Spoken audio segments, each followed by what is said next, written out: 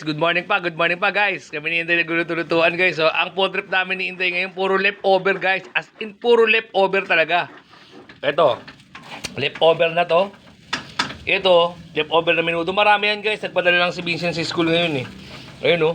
Tapos meron siyang sinasangog na may chorizo di Bilbao pa nga. Ngayon oh, yun ang mabisa dyan guys. Yung chorizo di Bilbao. Meron tayong pipino. Tapos ito yung ano natin, ang tawag doon? Dalagang bukid na karaan. Meron pa pala sa rep niyan. Siyempre, anong gagawin natin dyan, guys? Kakainin natin yan, guys. Diba? Hintayin mo na.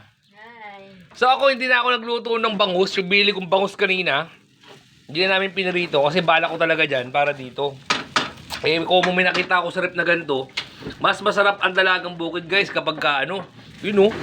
Kapag ka iniinit mo ulit, sarap nyo. May chorizo di Bilbao po, oh. Padi solo ang yan, guys.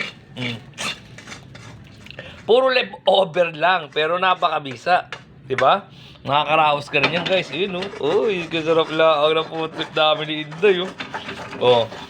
Eh, alam namang anong gagawin natin dyan. Siyempre, kakainin natin dyan. Diba? Pakasarap nyan. Oh. Ito, favorite ko to, eh. Tikme, chorizo di Bilbao.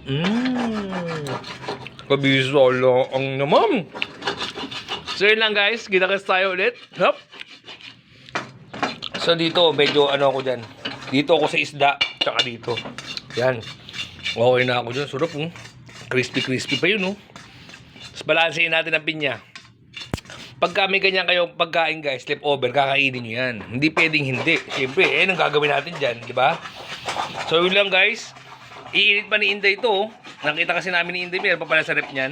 So yun lang, kabisa lang yan, eh, no?